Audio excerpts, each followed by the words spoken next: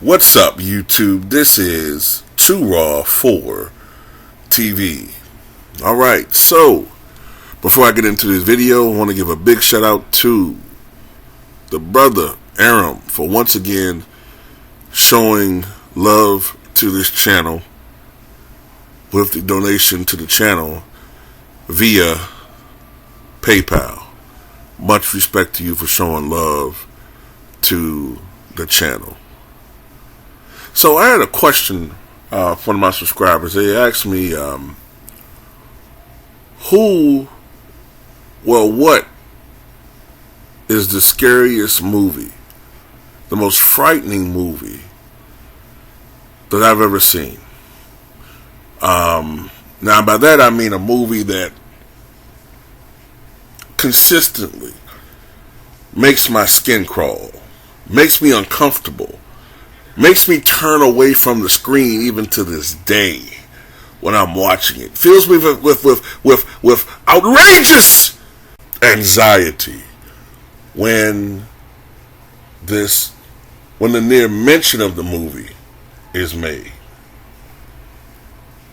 Now you asked me to do a top 5, but I think it'd be easier for me to just give one particular movie. I don't have to make any thoughts about it. I mean, I really don't have to think about it. I don't have to, go in my mind. Because there are a lot of scary movies I've seen. A lot of movies that make me uncomfortable. But there's one from the 80s. And the image is right here. That to this day, I cannot sit down and watch that movie. I can't do it. And that is The Fly. Not the original, not the one from the 1950s, but the one with Jeff Goldblum and Gina Davis, that one. I cannot watch that movie. If I do, I have to turn away for some reason from certain scenes.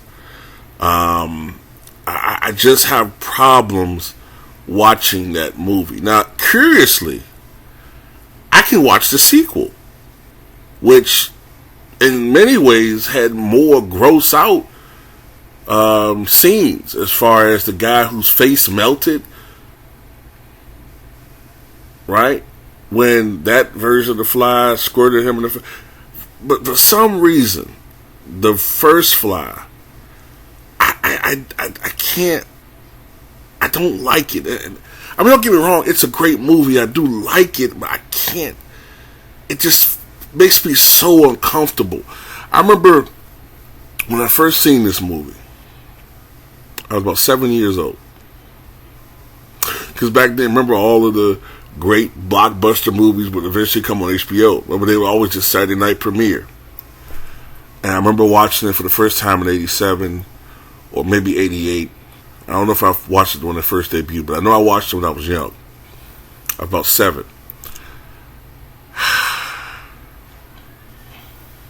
And I remember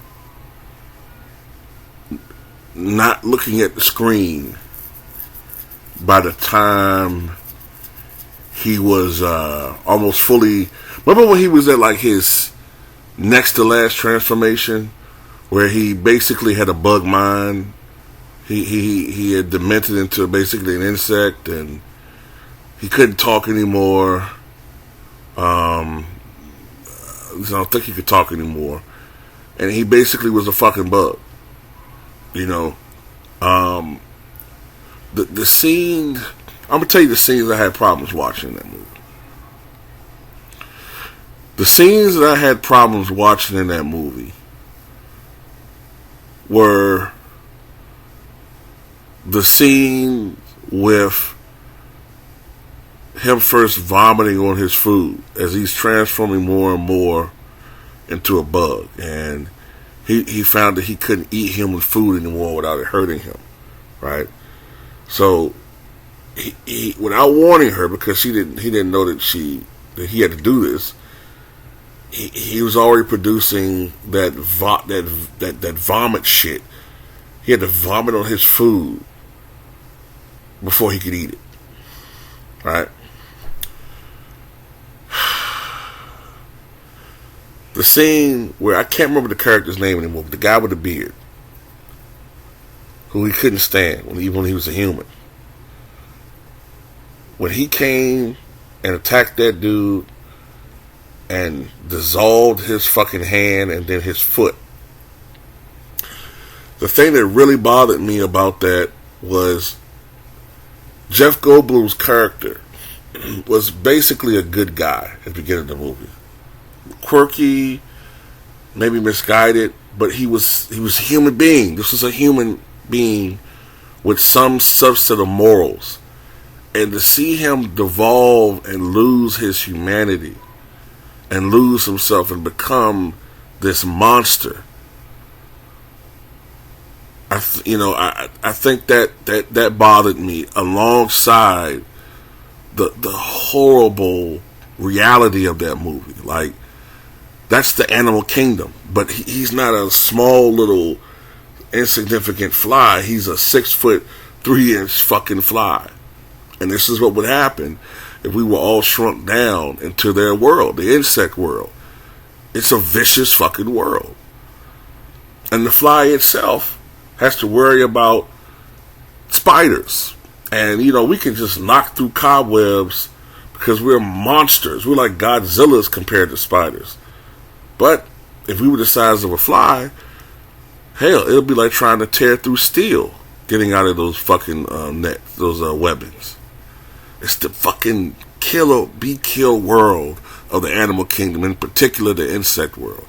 But added to that was that this fly had already had an agitation toward that man. So it was the instinct plus the agitation that was there, and he was being especially vicious. And what really fucked up, man, if you look at that movie, right, if you look at it, when he dissolves his foot, his ankle, as his ankle is dissolving, he pulls the foot off of what was left of the bone. Can you imagine the pain that would feel? And then, what he was going to do is, he wasn't going to dissolve his face. From where he was positioned, he was going to dissolve his neck and then pull his fucking head off his body and then probably eat him. He was being merciless with that guy, man. But yeah, man, I mean, just the effects of the movie, everything in that movie was just horrible, just gross, disgusting shit, man. I mean, I can't watch that movie. It's hard for me to watch it. Even as a 40-year-old man, it's hard for me to watch The Fly.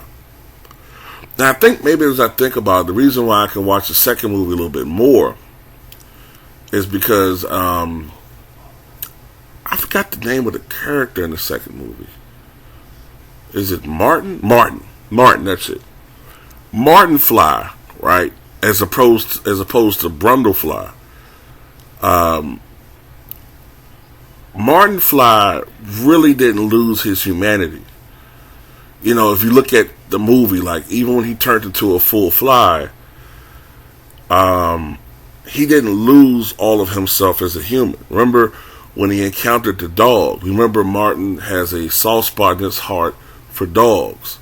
When that dog, which was sick to attack him, when he interacted with the dog, if you remember watching that movie, he petted the dog because he loved animals.